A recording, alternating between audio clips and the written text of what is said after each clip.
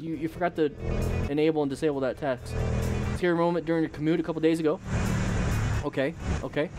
Oh, whoa! That person found an escape path, but it happened to be in your lane. So good job on this rider adapting to that spot. Got himself out of there. Unpleasant. What the is this? New GoPro at high speeds.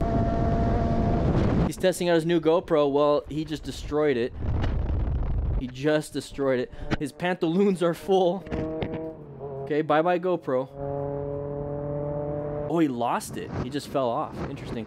So, Brap Rider. We're going to go a little too wide on this turn. Okay, going a little too wide on this turn. Was that guy just going fast and we just wanted to put that on the camera? Motostars, come on now. Here we go. Line of sight. We can see around the corner. We have an intersection coming up. What are we going to do? We're going to go ahead and switch over. Are we going to get impacted in the front? Oh, you never pass trucks on the right because they have to make those wide right turns. This dum-dum hit us. So it's not always car drivers. Look at this. Look at this. Bunch of hazards everywhere. Bunch of hazards everywhere. So there's the impact. Boink. He's a little sorry, but what should we have done? We should have done exactly what this rider did. Just call it a day. Move on. Just move on. Here we go. Moving at night. What's a hazard at night?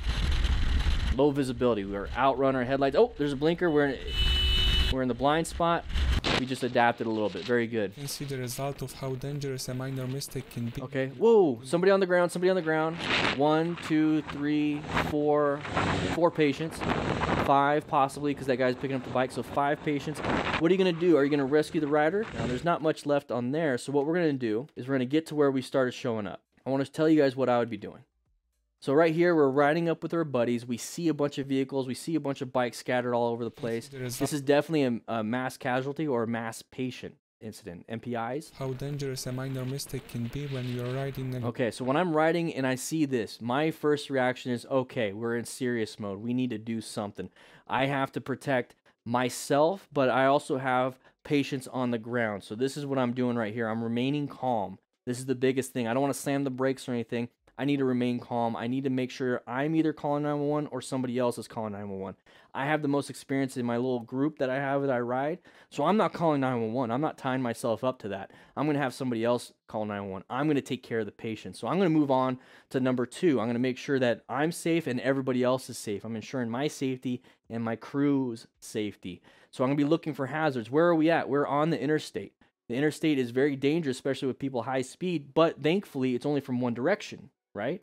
Not the song, not the band or anything. And I'm going to make sure I wear my own PPE. So you see there's some nitrile gloves. We have nitrile gloves and a bunch of other stuff that would help you out in our rescue kits. But now I'm concerned about stopping major bleeds. There's nothing I could do for cervical spine. There's nothing I could do for your spinal injuries. There's nothing I can't realign your legs if they're broken, or the only thing I can really do is if there's any external bleeding. So you're bleeding out because you lost your legs. I'm going to put a tourniquet on that. I'm going to pack the wounds if I have to. I'm going to put direct pressure if I have to. You can see that right there. And also, I'm thinking about what kind of severe injuries are involved when it comes to motorcycle riding. Now, you're going to have traumatic brain injury, everything's suspected spinal injury, and then you have a potential shock symptom. So neuroshock, it's going to be when the brain has an issue. The brainstem just drops your blood pressure. Hypovolemic shock, low volume in your blood. So you lost a lot of blood and you go into shock. Once you go into shock, if you're out here and you're not in a hospital setting, you're probably going to die. So this is why we need to stop the bleeding. That's something that we can do. So if you see external bleeding, direct pressure, use packing, wound packing, or a tourniquet. We have all that, how to do that on our second channel, Motorcycle Training Concepts, and we're going to have a course on it this year. So we see this person looks like he's out. That to me looks like a brain injury. So once again, I'm finding my spot to remain calm. I'm finding my spot for safety, and I'm talking to people on my Cardo Pack Talk, especially my crew. Okay, hey, this is what we're going to do. I need you to call 911. You can actually call 911 through your Cardo. Okay, we're in a good spot. We're a decent spot. Now we're going to do a quick assessment. How many patients do we have? Who's the most critical? So if somebody's walking around, they're fine. You're fine. I'm not going to pay attention too much to you, but I'm still going to ask you where you're injured. Make sure you do your own self-assessment. I'm going to go to each patient. I'm going to go to each person. The first one I see, the second one I see, and I'm going to make sure I go around and get everybody. And if it's just me with the medical training, I'm going to pick the most severe person. I am. I'm going to try to stop their bleeding, and I'm going to try to instruct everybody else how to help everybody else. But if I see somebody like that broken leg, if that foot was missing, they're bleeding out of the artery on their feet, go ahead and put a tourniquet on it. I'm going to make sure that person doesn't die, because they'll die super quick while everyone else is just kind of like, oh, I'm hurt. No, that person's going to die. So I'm making sure I do an assessment on everybody. The first person is not really moving. Okay, I don't care about the bike. That's my biggest gripe with this. That person's not moving. This person's not moving. Everyone else is not moving. But is anybody talking? Do I hear anybody talking? If they're talking, that means they have an airway. That means they actually have airflow. A crying baby is a good baby and a healthy baby, because if there's a baby that's not crying, they're not breathing. So let's apply it to this. These are adult people. They're not talking, we have a problem, okay? If they're not awake, if they don't know what's happening, we could possibly have blood loss, traumatic brain injuries, but talking is a good sign. It means they have blood flow and they have airway. So he says, good job for doing that. I want to make sure that everyone's safe. Now, everyone where they're lying is in a good spot. You can leave them like that. You can cut off their gear and check for external bleeding. But do a rapid trauma assessment where you just grab each arm and just kind of go down each arm, each leg, down the body. And if you feel any blood or feel any wetness on your hands because you have personal protective equipment and you have gloves on, then you know that's where the bleeding is. So you can do a rapid trauma assessment. We talk about that in our rescue booklet, which we have available, which we just lowered the price. It's $250, I think. So this person's talking and moving. But the biggest thing here is that we need to actually help other riders. And we have this card. It's a physical card right here in our rescue kits.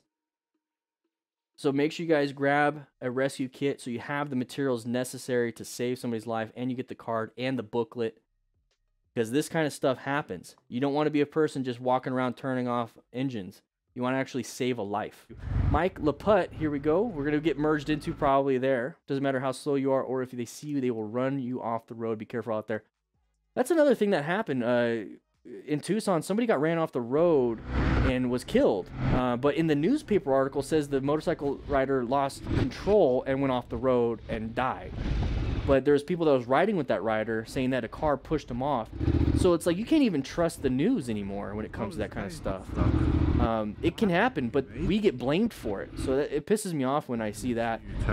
Like if this person went off the road, he would be blamed because that person never contacted him. My bad. See what I mean? So that's why we have to be the best we possibly can when it comes to riding our motorcycles. We can't trust that these people will do what they need to do. We need to be smart riders. Push you. Yeah. But it was just interesting to see.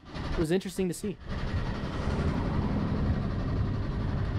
Pushing them. Good. Get him out of the roadway. This is a good, smart rider.